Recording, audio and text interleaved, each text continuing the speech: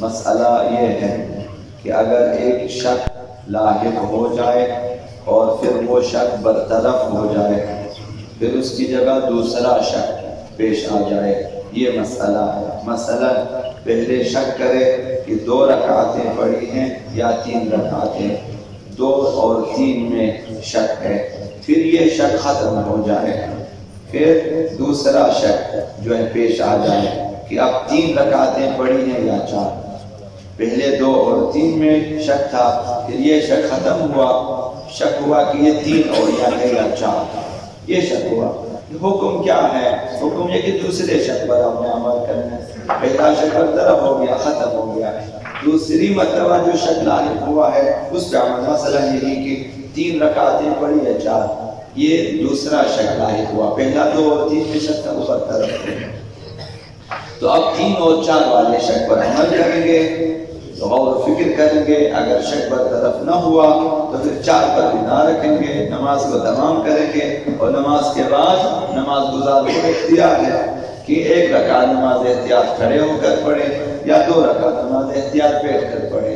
یعنی مسئلہ یہ ہے کہ ایک شک لاحق ہو جائے پھر وہ برطرف ہو جائے، پھر دوسرا شک لاحق ہو جائے۔ یہاں حکم یہ ہے کہ دوسرے شک پر عمل کریں، پہلا شک برطرف ہو گیا تو اسے چھوڑ دیں۔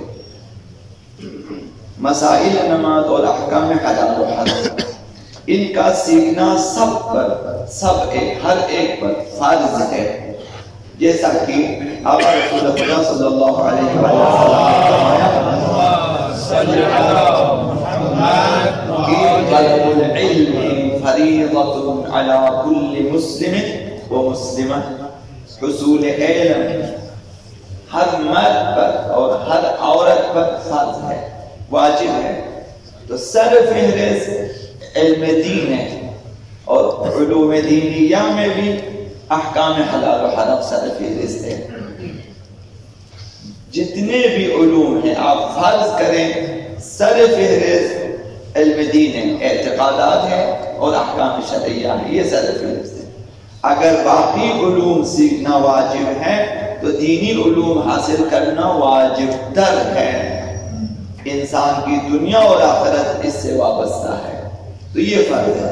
اب یہ نہیں معلوم کہ لوگ اپنی آخرت سے کیوں غافل ہیں۔ غفلت کی وجہ سے انسان دینی علوم، دینی احکام، مسائل، اخلاقیات، آداب نہیں سیکھتے، لوگ صرف غفلت کی وجہ سے ہے۔ آقا امام جعفر الصادق علیہ السلام ارشاد فرمایا ہے کہ کتاب تورات میں، تورات موسیٰ، کتاب تورات میں خداوند متعال فرماتا ہے، تورات کے حوالے سے فرمایا کہ خداوند متعال فرماتا ہے نحنا لکم فلا تبکوا، انسانوں سے خطاب ہے کہ ہم نے نوحہ پڑھا تم نے گریہ نہ کیا۔ یعنی خداوند متعال نے شاید تمام وہ سزائیں اور وہ جو عقابات الہیہ ہے وہ سب بیان کیا، مگر انسانوں پہ اثر نہ کیا۔ مثلا عذاب آخرت کے بارے میں ڈرایا، اثر نہ کیا۔ تو یہ ہے کہ نحنا لکم فلا تبکوا، ہم نے نوحہ بھی پڑھا تم نے گریہ نہ کیا۔ وشوقناکم فلا تشتاقوا، ہم نے شوق دلایا مگر تم میں شوق پیدا نہ ہوا۔ خداوند متعال نے جنت کا شوق دلایا، نعمات ابدیہ الہیہ کا شوق دلایا، مقامات، مراتب شوق دلایا، ابدی زندگی کا شوق دلایا، مگر انسان میں شوق پیدا نہ ہوا۔ خداوند متعال فرماتے اعلم القتالین، انسان جو خونریز ہے، خونریزی کرتا ہے، فرمایا کہ انہیں بتا دو کہ ان للہ سیفا لا ینام، خدا متعال کے پاس بھی ایک تلوار ہے۔ خونریز افراد کو بتا دو خدا کے پاس بھی ایک تلوار ہے جسے آرام نہیں ہے، وہ آرام سے نہیں بیٹھتی وہ تلوار۔ وَهُوَ جہنم، وہ تلوار، وہ شمشیر خدا جہنم ہے، اسے آرام نہیں ہے، اس میں سکون نہیں ہے، ہمیشہ اضطراب میں ہے، قرآن مجید میں آپ مومنین نے پڑھا ہوگا کہ خداوند متعال جہنم سے سوال کرتا ہے علم تلقتی، کہ جہنم بھر گئی، تمہارا پیٹ بھر گیا؟ جہنم کہتی ہے کہ حلم مزید، خدایا اور بھی ہے تو لیا۔ جہنم بھرنے کا نام نہیں لیتی ہے۔ تو جہنم شمشیر خدا ہے، خداوند ڈراتا ہے کہ میرے پاس ایک شمشیر ہے جسے آرام نور جہنم ہے۔ بس خداوند متعال نے چند گروہوں سے خطاب فرمایا ہے کہ اپنا الاربعین، 40 سالہ لوگوں جن کی عمریں 40 سال ہو چکی ہیں، ان کے لیے فرمایا کہ اوفو للحساب، حساب کے لیے اپنا حساب کتاب مکمل کر کے رکھو، اب تمہارا حساب لیا جائے گا۔ 40 سال کے بعد انسان کی آزادی ختم ہے، اس کے بعد خداوند متعال فرماتا ہے تمہارا حساب کتاب اب صحیح کر لے۔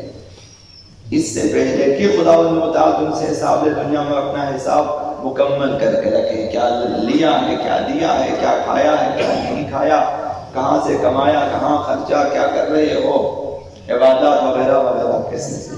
یہ پہلا خطاب 40 سالہ انسانوں کے لیے۔ دوسرا خطاب 50 سالہ انسانوں کے لیے ہے، ابناء الخمسین، 50 سالہ لوگوں جن کی عمریں 50 سال کی ہو چکی ہیں۔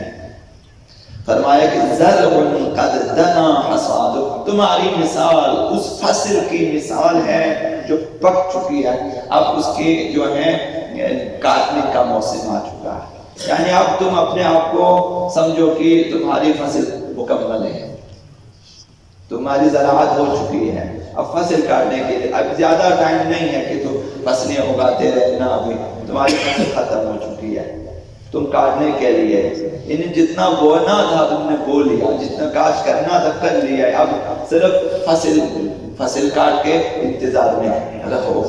قد دنا حصاد، کٹائی کا وقت آ چکا ہے، یعنی عنقریب تم مرنے والے ہو، اور اس کے بعد تمہیں اپنی جو ہے اپنے اعمال عبادات کی کمائی تمہیں مل جائے گی، اس کے لیے تیار رہو۔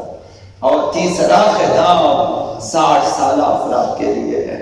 خداوند متعال فرماتا ہے اپنا الستین، 60 سالہ لوگو، ماذا قدمتم وماذا اخرتم، یہ سوچو کہ تم نے آگے اپنی آخرت کے لیے کیا بھیجا ہے اور دنیا میں کیا چھوڑ کے جا رہے ہو، یہ حساب کتاب مکمل کر لو۔ اب تمہارا یہ ہے کہ وصیت کر لے، کیا کمایا ہے، کیا آگے بھیجا ہے، کس قدر بقایا ہے، یہ 60 سالہ افراد کے لیے۔ اور چوتھا خطاب 70 سالہ افراد کے لیے، اپنا السبعین، 70 سالہ لوگوں، عدوا انفسکم فی الموتى، خود کو مردوں میں شمار کر لو، اب تم زندہ نہیں ہو، تم اگر چلتے پھرتے ہو تو سمجھو کہ تم مردوں میں ہے، کسی بھی وقت تمہیں اٹھا لیا جائے گا، خود کو زندوں میں شمار نہ کرو۔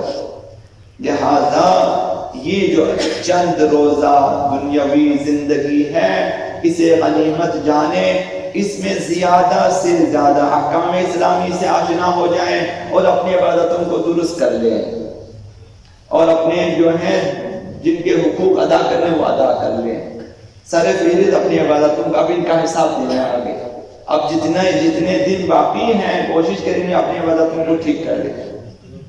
اسی لیے آقا امام جعفر الصادق علیہ السلام نے ارشاد فرمایا لَنْ السِّيَاطُ عَلَىٰ رُؤُوسِ أَصْحَابِي، اے کاش میرے چاہنے والوں کے سروں پہ کوئی تازیانہ ہوتا، میرے ماننے والوں کے سروں پہ کوئی تازیانہ ہوتا، حَتَّىٰ يَتَفَقَّهُوا فِي الْحَلَالِ وَالْحَرَامِ، تاکہ تازیانے کے ذریعہ ہی وہ حلال و حرام کو سمجھے، پڑھیں حلال و حرام کو اور سمجھیں، زندگی حلال و حرام کو سمجھ کر ہی گزارنی ہوتی ہے۔ تو امام نے فرمایا کہ اصحاب کے سروں پہ، شیعوں کے سروں پہ تازیانہ ہونا چاہیے کہ کوئی تازیانہ مارے تاکہ یہ لوگ حلال و حرام کو سیکھیں۔ یہ جو ہم غافل ہیں آخرت سے غفلت کی وجہ سے ہے، تو لہذا اس غفلت سے ہمیں بیدار ہونا چاہیے، احکام شرعیہ الہیہ، حلال و حرام، جائز و ناجائز، انہیں جو ہے اول وقت میں ہمیں سیکھنا چاہیے، پہلی فرصت میں ان سے آشنا ہونا چاہیے اور دقیق سیکھنا چاہیے اور پھر دقیق عمل کرنا چاہیے، کیونکہ خدا متعال کے حضور جانا ہے اور حساب دینا ہے۔